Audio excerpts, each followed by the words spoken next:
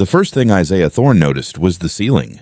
Too white, too bright, the kind of white that smelled like bleach and old fear. Every breath came in short, shallow pulls, each one catching on a knife edge under his left rib. The pain was sharp, but distant, like it belonged to someone else.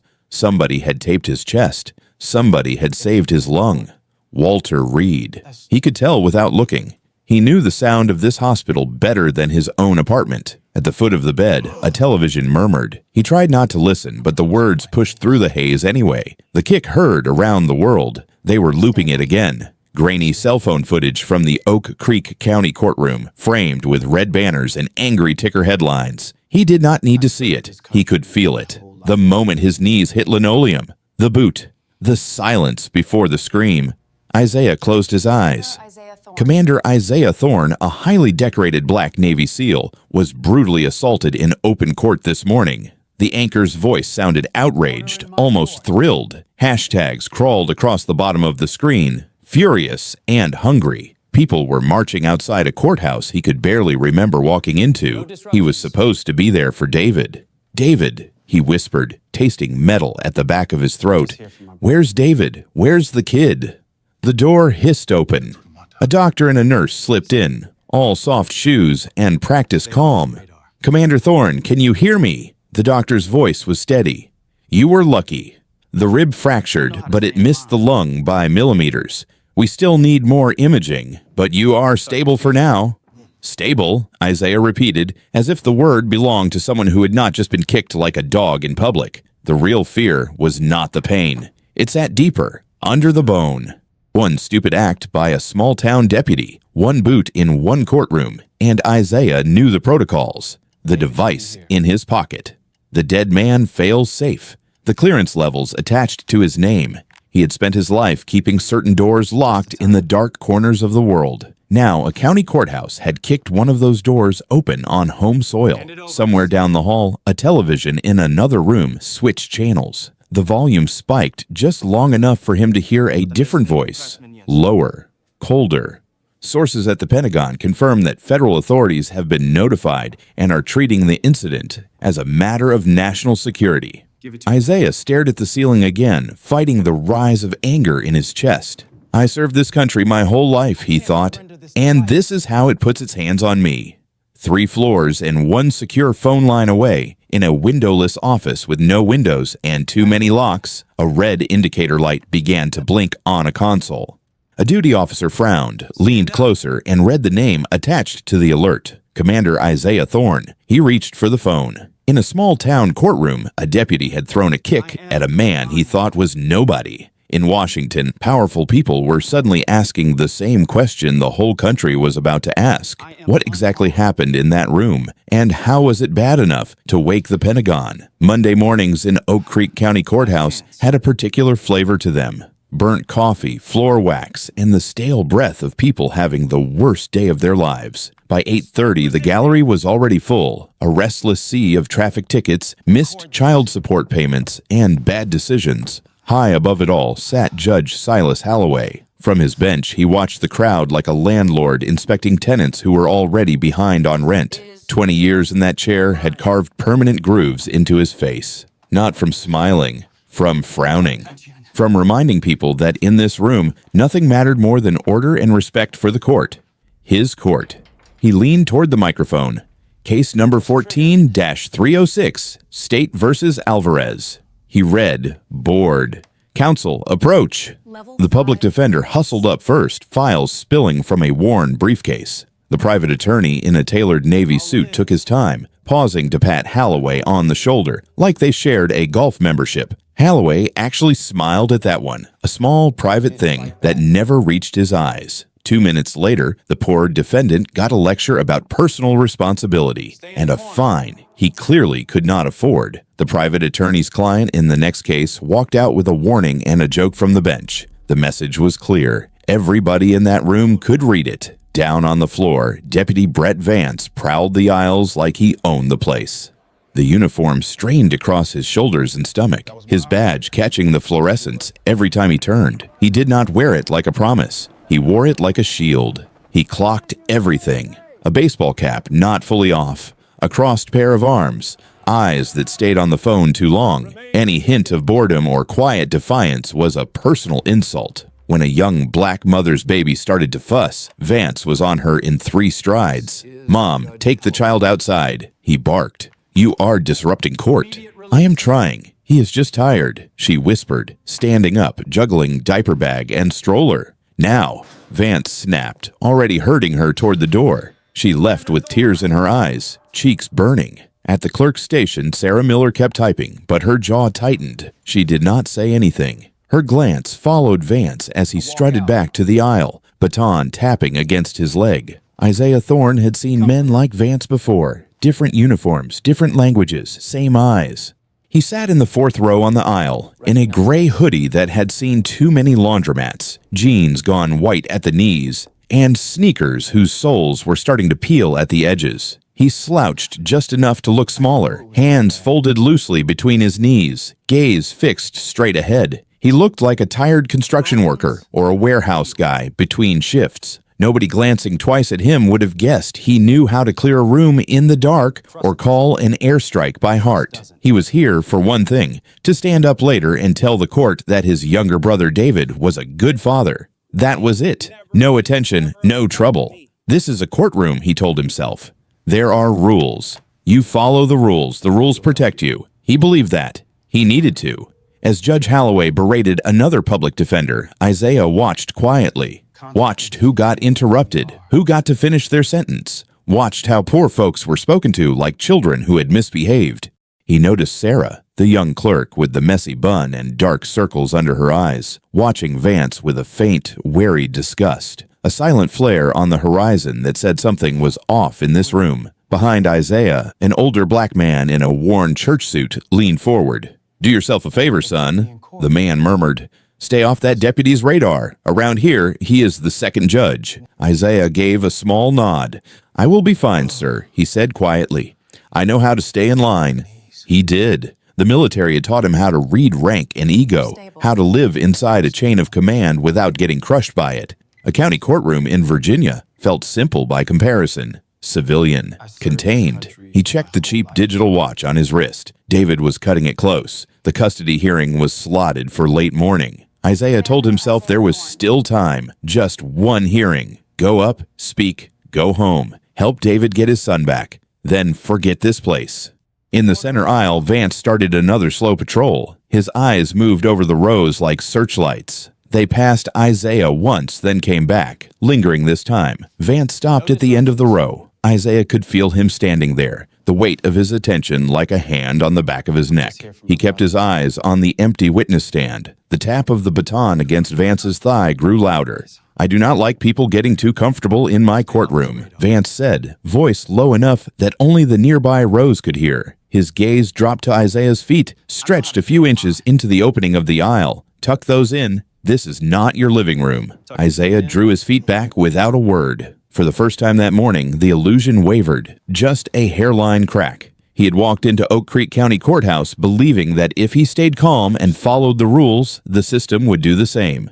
As Vance moved on down the aisle, still watching him out of the corner of his eye, Isaiah felt something colder slip into the room. A warning his training recognized before his mind did. Something about this Monday was not going to stay contained. By 10:40, the air in the courtroom felt thicker, like someone had turned up the humidity without touching the thermostat. Case after case blurred past. License suspensions, fines, probation extensions. People walked out with their heads low, clutching paperwork like it might bite.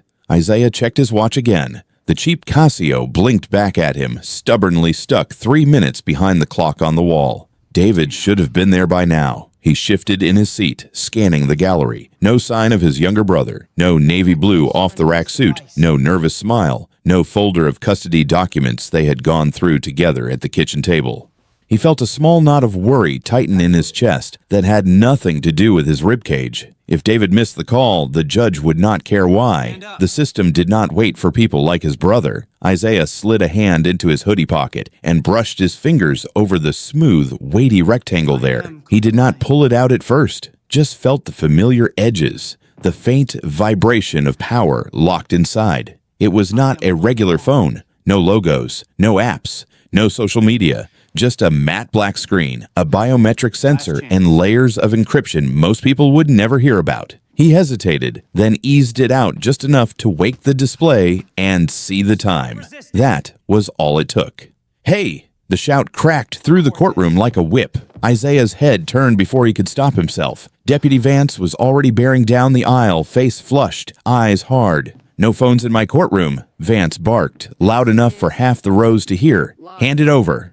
A few people in the gallery flinched, grateful they were not the ones being singled out. The older black man behind Isaiah sighed under his breath, as if he had seen this movie before. Isaiah kept his voice even. "I was just checking the time, Deputy. I'll put it away."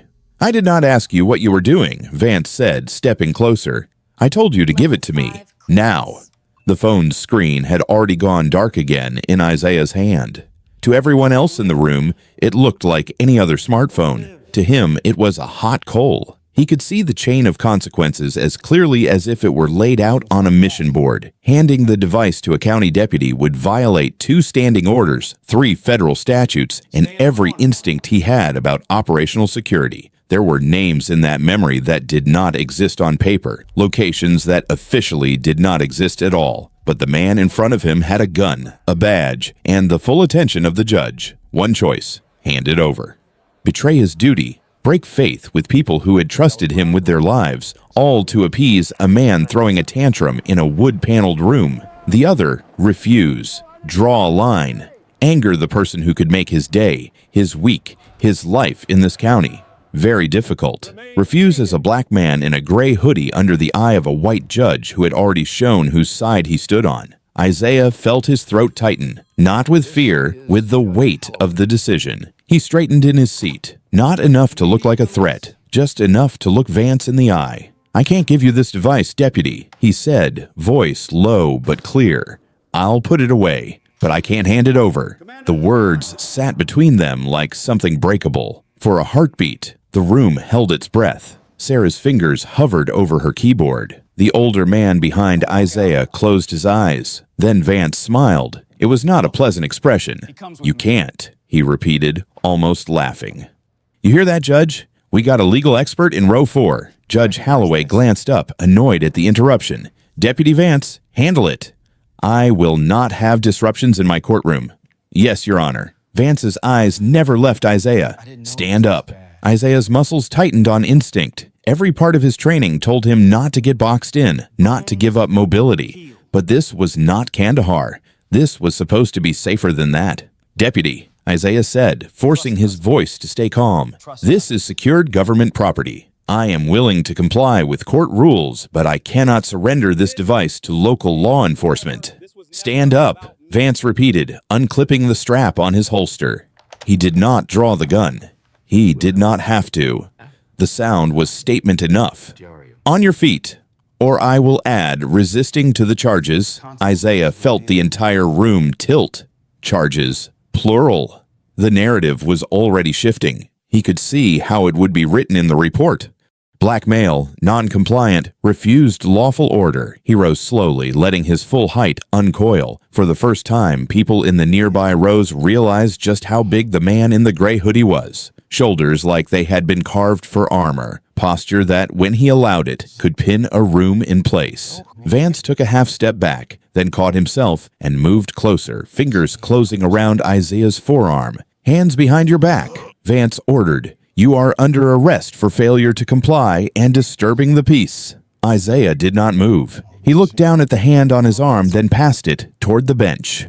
"Your Honor," he said, and this time he let the command voice come through, the one that cut through gunfire and chaos. "My name is Commander Isaiah Thorne, United States Navy. I'm on active duty. I'm asking that we de-escalate this right now. I will sit down. I will put the phone away. We do not need to go any further." For a fraction of a second, something like doubt flickered across Holloway's face. "Commander, active duty." The words brushed against a memory of some ethics seminar he had half slept through. Then his jaw hardened. "In my courtroom," he said, dripping contempt. "You are defendant first. Rank does not excuse you from the rules. If you refuse to follow directions, you will be removed. Deputy, proceed." There it was. The answer. Isaiah realized with a hollow kind of clarity that his name and his service meant nothing to the man in the robe, and even less to the man with the baton. He had believed, maybe naively, that logic and rank could still pull a situation back from the edge. That was his mistake. He had assumed a baseline of decency that was not there. "Last chance," Vance said, fingers digging harder into his arm now, voice rising so the gallery could hear. "Hands behind your back, or I will put you on the ground." Faces turned toward them, some curious, some afraid, some already bracing for the outcome like they had seen this scene too many times before. Isaiah's heart thudded once, hard against his ribs. He could fight. He knew exactly how to break the grip on his arm and put Vance flat on his back before anyone could blink. He could turn the aisle into a battlefield and probably win. And then what? Tased, shot, headlines about a violent black man attacking an officer in court. Or he could make one more choice, not for Vance, not for Holloway, for the teenager watching from the back row, phone clutched in his hand, for the kid who would hear about this later and decide what to believe about men with badges and men who looked like him. Isaiah took a breath. "I am complying," he said, loud enough for the whole room to hear. "I am unarmed." He sank to his knees on the scuffed linoleum, ignoring the burn in his joints, the flash of humiliation that washed hot over his skin. He laced his fingers behind his head, elbows wide, exposing his ribs, his throat, everything. It was the posture of surrender, the opposite of a threat, the most vulnerable position a grown man could take in a room full of people. In his mind, some stubborn piece of hope whispered that this would be enough, that by making himself small, by following every order, he would finally trigger whatever thin line of conscience lived inside the uniform looming over him. Vance stared down at him, chest heaving, ego humming with the electricity of total control. The gallery watched, silent. The tension in the room stretched to the breaking point. Isaiah kept his eyes forward, jaw clenched. He had given up his dignity to stop this from turning into something worse. He did not know yet that the worst thing in the room was not his defiance. It was the absence of the mercy he was still counting on. The kick landed with a sound the room would remember long after they forgot the docket number. A wet thwack, like a bat hitting damp wood. Isaiah felt the world snap white for a second as the air was punched out of his lungs. Pain drilled under his left rib, sharp and bright, then splintered down his side as his body folded, forehead slamming toward the filthy floor. He did not scream. A strangled hiss tore out of him instead, the reflex of a man who had learned a long time ago not to waste breath on yelling when he needed it to stay alive. For a heartbeat, there was silence. Then the room exploded. "Oh my God!" A woman in the front row cried, her voice breaking. Somewhere toward the back, a man shouted, "He did not do anything! He was down! He was down!" "Silence in my courtroom!" Judge Holloway roared, but even his gavel could not erase what everyone had just seen. A kneeling man, hands locked behind his head, kicked in the ribs like a trash can. Vance stood over Isaiah, chest heaving, jaw clenched. His tactical boot was still planted where it had followed through, like he was bracing for another strike. Isaiah forced one eye open, tasted dust and copper. Above the blur of the pews and shoes and dropped purses, he found the black glass eye mounted high on the wall. The court security camera. He stared straight into it. Record this, he thought. If nothing else, record this. Behind the camera, tucked into the far corner of the last row, a teenager in a faded basketball jersey had his own lens up. Phone low, screen glowing, thumb shaking just enough to make the picture waver. His stream was already live. Hearts and angry faces were bubbling up the side of the screen faster than he could read. On the floor, Isaiah tried to pull one shallow breath past the jag of bone stabbing his side. Broken. He knew that feeling. "Restrain him." Holloway snapped from the bench, face flushed. The defendant attacked the deputy. "I saw it." A wave of disbelief rolled through the gallery. People looked at each other, baffled and angry. They knew what they had seen. They also knew who would be believed. Two more deputies rushed in. Vance dropped a knee into Isaiah's back, grinding him into the linoleum as the cuffs bit into his wrists. "You are done," Vance hissed in his ear, close enough that only Isaiah could hear. "Assault on an officer resisting disorderly. I will bury you." Isaiah tasted blood. He swallowed it down, along with the words sitting on his tongue. Anything he said now would only feed the report Vance was already writing in his head. They hauled him up by the chain of the cuffs. The motion sent a white-hot streak through his side. The room swam, then steadied. On the way to the side door, limping, half-dragged, Isaiah spoke without looking back. "My phone," he rasped. "Right pocket.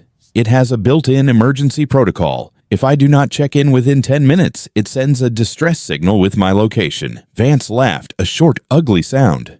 "You watch too many movies," he said, reaching into Isaiah's pocket and pulling out the plain black device. He held it up between two fingers. "This thing." The screen was dark, the casing anonymous. It looked harmless. Vance dropped it on the concrete by the door and brought his boot down hard. The crack of shattering glass echoed down the hallway. "No signal now," he smirked. Isaiah looked at the broken pieces for a long second. Then he looked at Vance. There was no fear in his eyes. "You did not break the signal, Deputy," he said quietly. "You just triggered it." Vance rolled his eyes and shoved him through the steel door. Up in the clerk's station, Sarah Miller's monitor pinged. She had entered Isaiah's name into the system as a new detainee, fingers still trembling from what she had watched. The screen did not show a record or a list of prior offenses. It flashed a bright red banner across the top instead. Level 5. Security clearance. Do not detain. Notify Naval Intelligence immediately. Sarah's stomach dropped. She looked from the warning on her screen to the blood on the courtroom floor where Isaiah's head had been, then to the shattered remnants of the phone by the door. "Judge," she whispered, voice catching. "Judge Holloway, you need to see this." "Not now, Sarah," he snapped, already calling the next case. "We are moving on."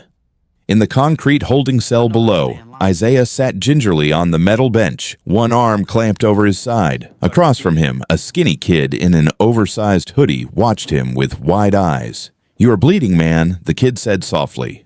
"I will live," Isaiah answered. "What they even get you on?" the kid asked. "You did not fight back." Isaiah let his head rest against the cool wall. "What is your name?" he asked. "Leo." "Listen to me." "Leo," Isaiah said, voice calm despite the pain. "When that door opens again, stay in the corner. Do not move until someone tells you to." Leo frowned. "Who is coming?" "Ooh. Your lawyer." Isaiah closed his eyes for a second, hearing the echo of glass breaking, imagining the silent signal streaking out into a network he was never supposed to need on home soil. "Something like that," he said. "And when they get here, it is going to get loud." 500 miles from Oak Creek, in a windowless room 3 floors below ground level, the watch floor of Naval Special Warfare Command hummed with quiet focus. Screens glowed with moving dots over oceans and deserts, call signs and coordinates scrolling in real time. At 10:52, a single red light lit up on the main board. LLT Commander Nathan Hayes frowned and leaned in. Sir," he called across the room. "We have a code black, device Shadow 1. Rear Admiral Thomas Keaton looked up from a stack of briefing folders. The lines around his eyes deepened. "Shadow 1 is Thorne," he said. "He is on domestic leave. Where is the signal coming from?" Hayes tapped a few keys. A map of the eastern United States zoomed in, narrowing down to a patch of Virginia, then to a small town marker. "Oak Creek County Courthouse," Hayes read. "Telemetry says the device was violently compromised. Biolink severed, casing destroyed." "Bring up the audio log," Keaton ordered. The speakers crackled to life. First came Vance's voice, distorted but clear. "You want to grab me. You want to put your hands on an officer." Isaiah's voice followed, strained but steady. "I am complying. I am unarmed." Then the room on the watch floor heard it, the dull, sickening kick, the muffled grunt, the crash of glass as the secure phone hit the floor and died. The audio cut to silence. No one moved. The air in the watchroom seemed to drop 10 degrees. Keaton's jaw clenched. Commander Isaiah Thorne was not just another officer. He was a high-value asset, a man who carried in his head operations that did not officially exist. "That," Keaton said quietly, "was my operator being assaulted in restraints on American soil." He straightened. "Get me JAG on the line. Get NCIS and FBI liaison in this room now. Spin up the closest quick reaction force. I want a bird in the air in 5 minutes. We are treating this as a hostile detention of a federal asset." "Yes, sir," Hayes answered, already moving. Alarms here did not come with sirens. They came with phones ringing and doors opening fast. Back in Oak Creek, David Thorne hurried through the courthouse metal detector, jacket half-buttoned, tie crooked. He clutched a worn folder of custody documents against his chest. "Excuse me," he said, breathless at the clerk's desk. "I am here for the Thorne custody case. My brother Isaiah is supposed to be here already." Sarah looked up at him, face pale. Her eyes flicked toward the closed side door where Isaiah had been taken. "The court has already addressed that, sir," she said carefully. "You should be in the gallery." David turned toward the courtroom just in time to hear Vance's voice carry across the room. "Your Navy SEAL brother will not be making it today, son. He is cooling off in a cell." The entire gallery looked at David. His skin went cold. "What did you say?" he asked, voice shaking. Judge Holloway leaned back in his chair, annoyance etched into every line of his face. "Your brother decided he wanted to perform for an audience," Holloway said. "He assaulted my deputy and refused to comply with simple rules. He will face charges. You would be wise to find a different character witness." David stared at him in disbelief. "No, that is not possible. Isaiah is the most disciplined man I know. He is a Navy SEAL. I do not care if he is a Navy SEAL or a circus SEAL." Vance cut in, chuckling at his own joke. He put his hands on an officer. He pays for it. Before David could answer, a low vibration started in the walls. At first, he thought it was his imagination, adrenaline humming in his ears. Then the windows rattled. Whoop, whoop, whoop. The unmistakable thrum of helicopter rotors passed overhead. A second later, the sharp screech and slam of multiple vehicles braking hard outside made everyone in the room jump. Judge Holloway frowned. "What on earth?" Deputy Vance walked to the window and pulled down a slat in the blinds. What he saw turned his smirk into a thin, nervous line. Black SUVs filled the front lot, doors swinging open in unison. Men and women in dark suits, earpieces in their ears, were already spreading out, directing local officers back with clipped hand gestures. Above them, a military helicopter circled, banking low. "Your Honor," Vance said slowly, "you might want to come look at this." Before Holloway could stand, the courtroom doors flew open. 2 FBI agents entered first, badges out, eyes sweeping the room with quick, practiced scans. They did not apologize for the interruption.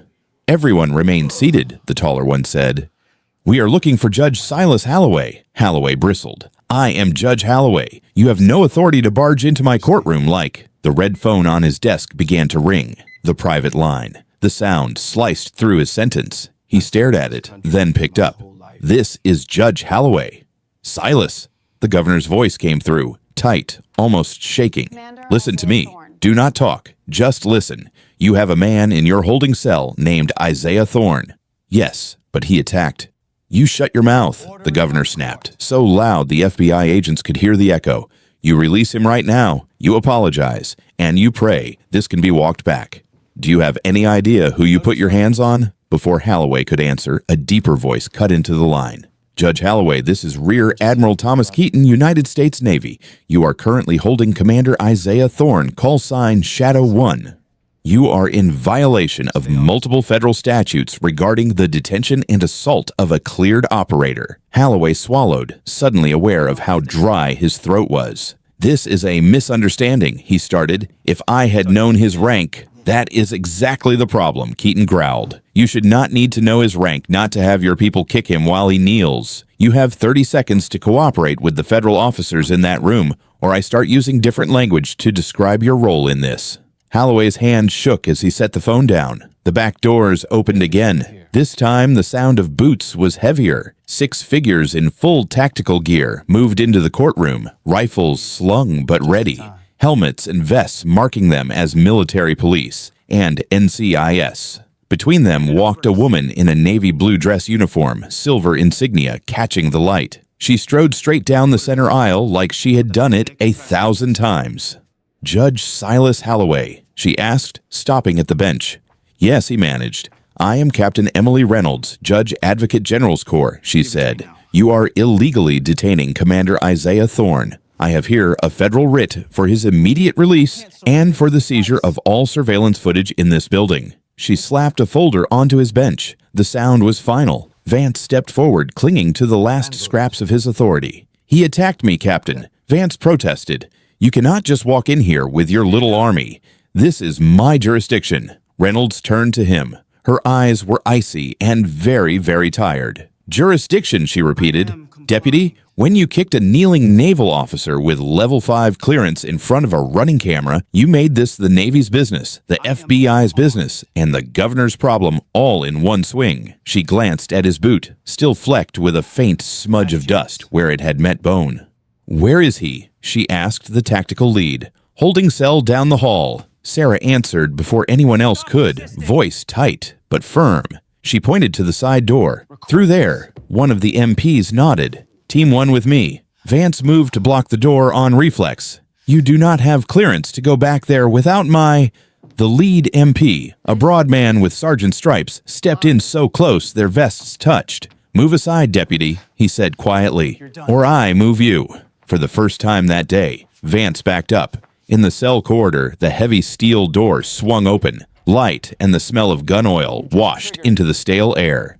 "Commander Thorne," a voice called, firm, respectful. "United States Navy, make yourself known." Isaiah pushed himself to his feet with a small grunt, one arm wrapped around his side. Leo flinched away from the sudden brightness. "I am here," Isaiah answered. Two operators in full kit stepped into the cell. They took in the scene in a glance. The bruising on Isaiah's face. The way he guarded his ribs. The cuffs, still too tight. "We have orders to extract you, sir," the sergeant said. "Medic is on standby. We can bring a stretcher." Isaiah shook his head once. "I walked in," he said. "I walk out." He looked past them at Leo, who stood frozen in the corner, eyes huge. "This is Leo," Isaiah said. "He is a witness, and he is being held on a minor debt warrant. He leaves with us. He is under my protection." The sergeant hesitated. "Sir, our orders are specific." "I am giving you a new order," Isaiah replied, the old field steel in his voice despite the pain. "He comes." The sergeant held his gaze, then nodded. "Yes, sir." "You heard the commander," he called back. "Bring the kid." Leo let out a stunned breath as a gloved hand gently steered him toward the door. "You serious?" Leo whispered. "I am just some dude with parking tickets." "Not anymore," Isaiah said. "Stay behind me, and remember what I told you. When it gets loud, stay small."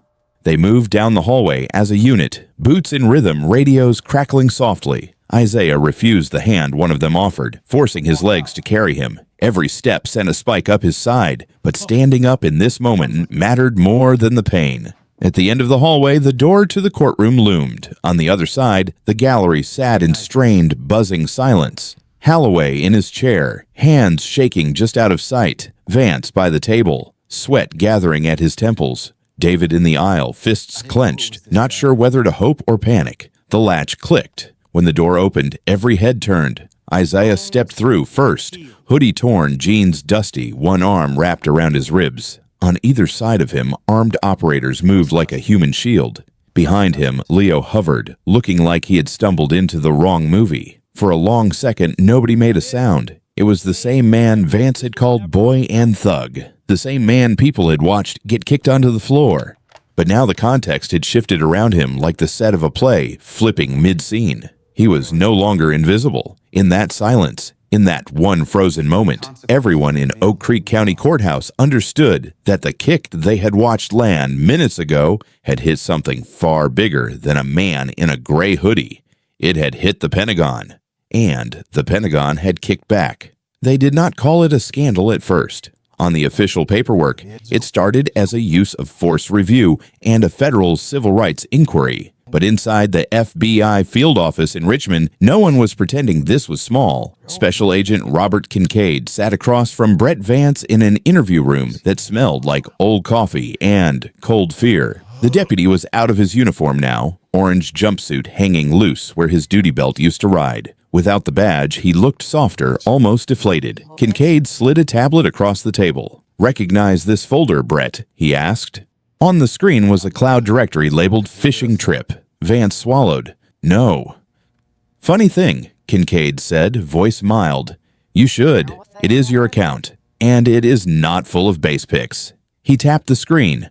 Photo after photo appeared, faces swollen, wrists cuffed to benches and railings. A teenager with a split lip, eyes glazed. A woman in a wrinkled work uniform, mascara tracks on her cheeks, handcuffed to a chair in what was clearly the Oak Creek holding area. "You like taking trophies?" Kincaid asked quietly. Julian Ross, arrested for jaywalking, broken jaw, concussion, no charges filed once his aunt signed over her car to a bondsman. You remember that one. Vance shook his head too fast. "I do not know those people."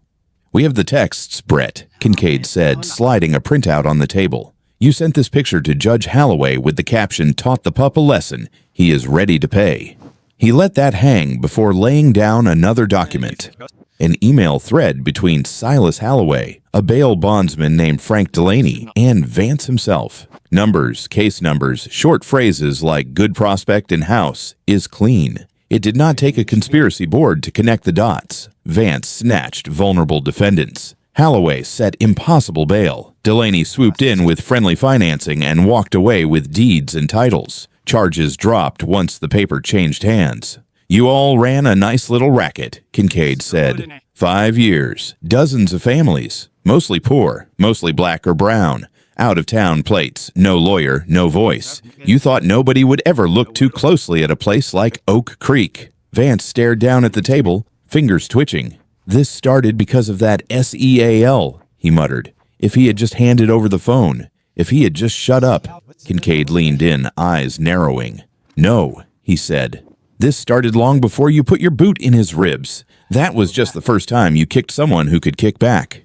Back at the courthouse, Sarah Miller watched the federal teams move through the building with quiet precision. NCIS techs were pulling hard drives. FBI agents were boxing up files. The bail bondsman's office down the street was already under seal. She felt like she had been holding her breath for years. In her desk drawer was a thumb drive. On it, she had copied docket logs, timestamps that did not make sense, cases that vanished after bail was posted. She had told herself she was just backing up her work. Truth was, she had been building her own little lifeline, insurance in case the day ever came when someone actually wanted to see. When Captain Reynolds came by the clerk's station, Sarah stood up before she could talk herself out of it. "Mom," she said, voice quivering, "there is something you should have." She placed the thumb drive in the JAG officer's hand like it was contraband. Reynolds looked at her for a long second. "You kept all this?" Reynolds asked. Sarah nodded. "I tried to report it once. To the county. They told me to stop asking questions if I wanted to keep my job." "You were scared," Reynolds said. "It was not accusation, just fact." "I still am," Sarah admitted. "But after what he did to that man in the hoodie in front of everybody, I cannot unsee that. And he has been like this for years." "They both have." Reynolds closed her fingers around the drive. "Thank you," she said, and there was weight in the words. "You are not the only one who was silent too long." At Walter Reed, the days blurred together, marked by pain medication schedules and the soft squeak of nurses' shoes. Isaiah hated hospitals, but he had spent enough time in them to know the rhythms. On the third morning, David came in with a tablet pressed to his chest like a shield. "You probably do not want to see this," he said. "But you should." Isaiah shifted carefully, propping himself up against the pillows. The bandage around his torso made every movement stiff. The video was already paused on the first frame, someone's shaky phone angle from the back of the courtroom. His own shoulders on screen, hoodie stretched, hands behind his head. "Kid in the last row was live streaming," David said. "It went everywhere in an hour. They are calling it the kick heard around the world." Isaiah watched himself kneel, watched Vance's boot swing into the frame, connect with his side, heard the room scream through tinny speakers. Someone had slowed it down in the news package, circled his body in red, froze on the moment of impact. The outrage was not just local now. Commentators talked about use of force, about race, about respect and power. Protesters outside Oak Creek Court carried signs with his name. But the news anchors were not just talking about the kick anymore. The crawl at the bottom of the screen told the rest. Federal probe, widening in Oak Creek corruption scandal. Judge, deputy, bail bondsman under investigation for racketeering. They cut to interviews with people Isaiah had never met, yet somehow recognized. Julian Ross, jaw still slightly crooked, telling a reporter about the night Vance had taught him a lesson in the basement. A single mom describing how she lost her car after a shouting match with an officer became a disorderly charge and a bail she could not pay. An older immigrant man explaining in broken English how he had signed papers he did not understand just to see his son released. It went on, faces, stories, a pattern too obvious to ignore once someone bothered to connect it. Isaiah muted the sound. "I knew it was bad," he said quietly. "I did not know it was this." "You have only been back in town 6 months," David said. "You have been busy trying to fix my mess. You are not responsible for what they did."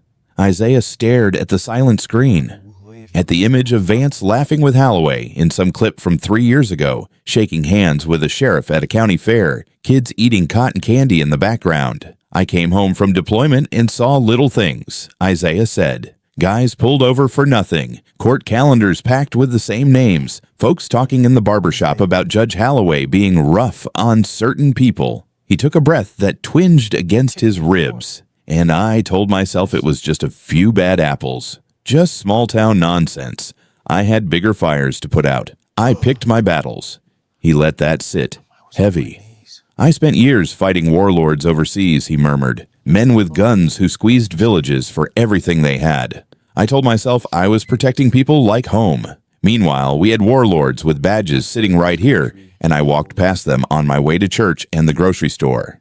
David sank into the chair at his bedside. "You are the one who stopped this," he said. "You standing there, saying I am complying, that is what made everyone see." Isaiah shook his head slightly. "I did not stop it," he said. "I just made it impossible to ignore. That kid with the phone, Sarah, the clerk, finally handing over what she had. Those people in the interviews saying enough. None of that happens if somebody is not willing to risk losing something." He rubbed a hand over his face, suddenly tired.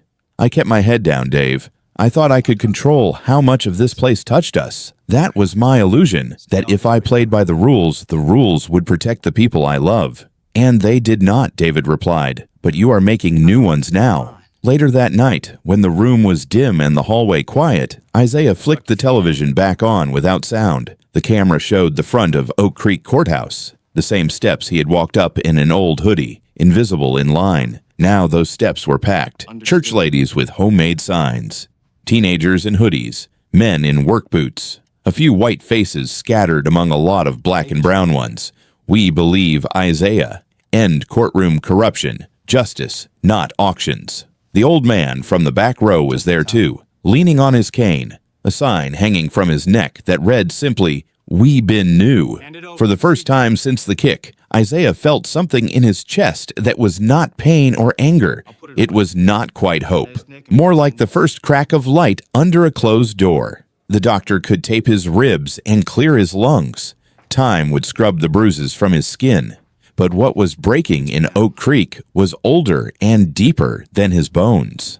Watching the crowd on the screen, Isaiah understood that the real consequence of that boot in his side was not the fracture on the X-ray. It was the fracture running through an entire system, finally visible, finally too wide to step over. The old order in that courtroom was not just shaken, it was starting to split.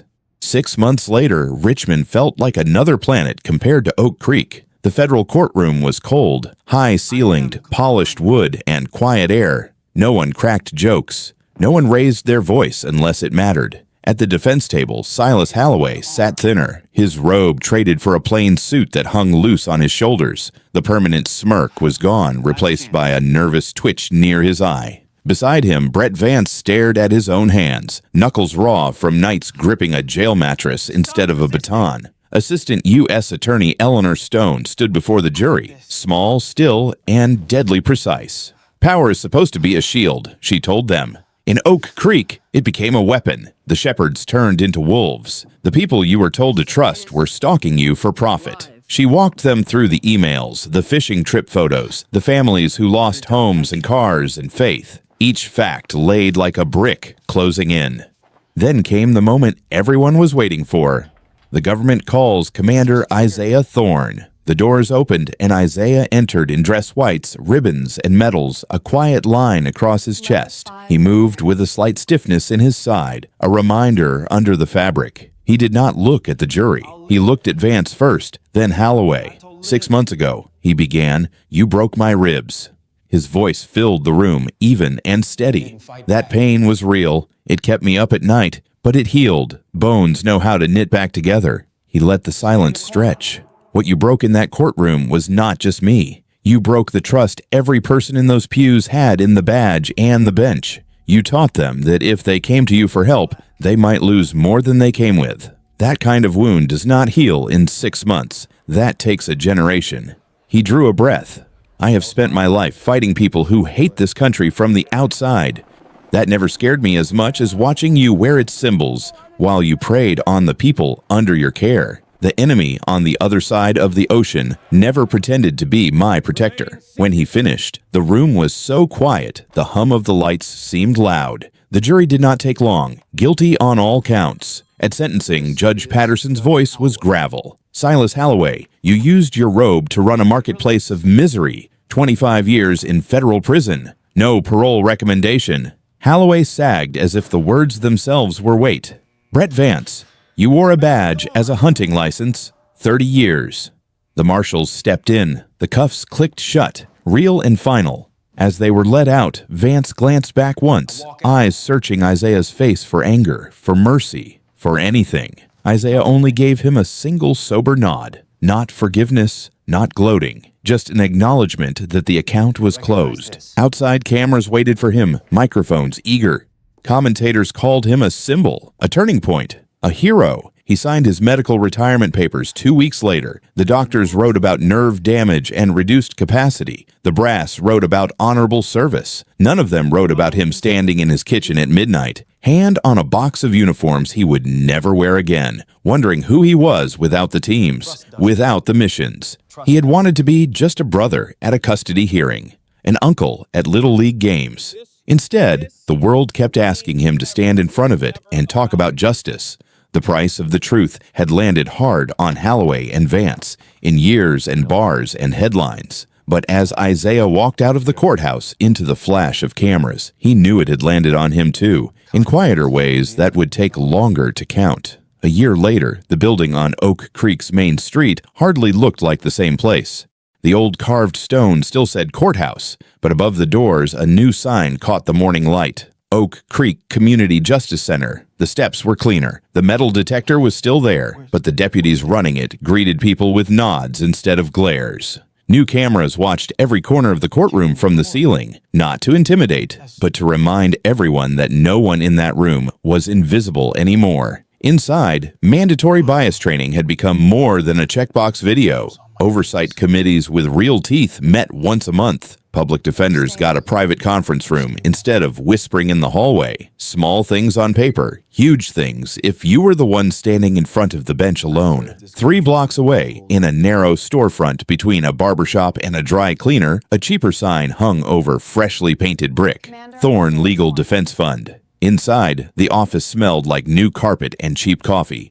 A second-hand machine hissed and rattled on the counter, doing its best. On the wall behind the main desk, a framed photo showed Isaiah and David standing on a lakeshore in sweatshirts, a little boy between them holding up a crooked fishing pole. The kid's grin was loud enough to fill the room. At the reception desk, Leo straightened his tie and answered the ringing phone. Thorn Defense Fund, this is Leo. How can I help you? His voice still had a little nervous wobble, but it also had something new. Steadiness, a sense that he belonged on the safe side of a counter for once. Traffic stop, huh? He said, scribbling notes. Okay, slow down. Did they search your car? Did you sign anything? Yeah. You did the right thing calling. We will have someone sit down with you. No charge. He hung up, filed the intake form in the right basket, and glanced toward the inner office with a small, proud smile. A year ago, he had been a scared kid in a holding cell, thinking his whole life might get flattened over parking tickets. Now he was the one picking up the phone when other people were afraid. Isaiah's office door stood half open. He sat at a simple wooden desk, not much bigger than the one he had in Afghanistan once upon a time. Files were stacked in careful piles, each one a story that did not have to end the way it would have under Holloway. He wore a button-down shirt, sleeves rolled, no tie. On a hook on the wall hung the dress whites he did not wear much anymore. Below them, in a shadow box, his medals glimmered softly. They felt like they belonged to an earlier version of him, someone who lived mostly in night vision green. He heard the bell over the front door jingle and smiled even before David's voice reached him. "Big man, you in here?" "In the flesh," Isaiah called back. David stepped into the office with that same folder he had carried into court a year before, but it was stuffed now with drawings and school notices instead of legal pleadings. "Guess who made the Little League All-Stars," David said, dropping into the chair across from him. "Coach says he has got an arm. Wants you to come to practice, show him how to throw like a seal." "I am pretty sure they do not teach curveballs at Bud S," Isaiah said, but there was warmth in his eyes. "How is everything else?" David's smile softened. "Custody is locked in. No more late-night calls, no more threats to drag me back to court over nothing. New judge shut that down. For the first time in 3 years, I feel like I can plan more than a month ahead." He looked at his brother, really looked. "You did that," he said. "Not just for me." Isaiah glanced past him to the window. From here, he could see the top of the Community Justice Center, people coming and going. A young mother with a stroller walked up the steps next to an older man in a veteran's cap. They did not look relaxed, but they did not look as scared as he remembered either. There was something cautious in their posture, and something that looked a lot like hope. He thought about the day on that courtroom floor, the grit under his palms, the smell of wax and sweat, the sound of that boot landing and his rib snapping, the world narrowing to a tunnel of pain and humiliation, while a room full of people watched and tried to decide if they were allowed to be outraged. He had spent months replaying it, frame by frame, not just the kick, but his own choices, walking in quietly, believing that if he followed the rules would follow him back, kneeling, putting his hands behind his head, betting on a basic level of decency that was not there. It would have been easy to let that day calcify into bitterness, another reason to give up on any talk of justice.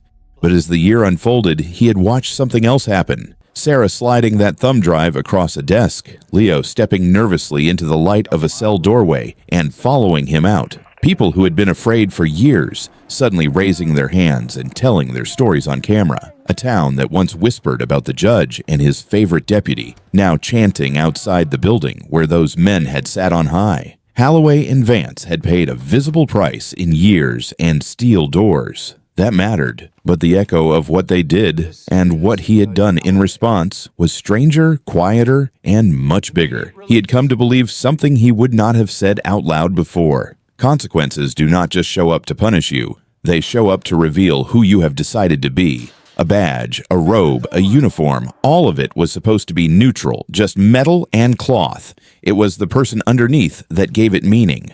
You could wear those things like armor over compassion, or like a mask over cruelty. The job did not change you, it just magnified whatever you brought into it. And he had learned one more thing the hard way. Silence in the face of something wrong was not neutral. It was a decision. Every time he or anyone else looked away, they were quietly voting for the strongest voice in the room, whether that voice deserved power or not. David followed his gaze out of the window.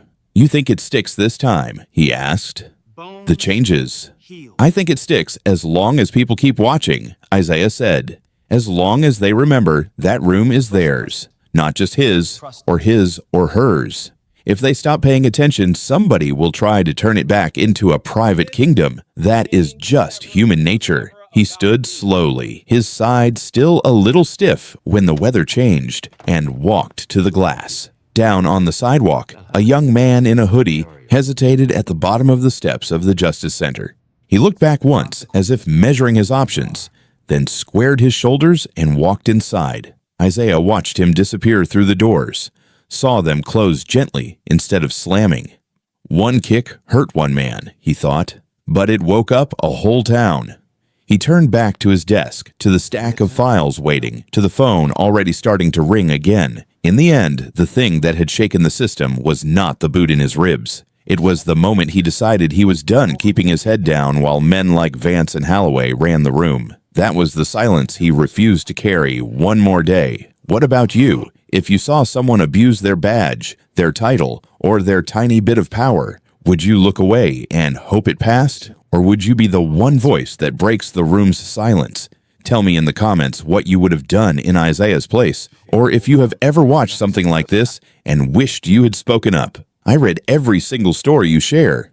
If this tale of quiet strength and real justice hit something in you, hit that like button, share it with someone who needs to hear it, and subscribe so you do not miss the next story. Every click helps this channel keep telling the kinds of stories that make us all look twice at the world we live in.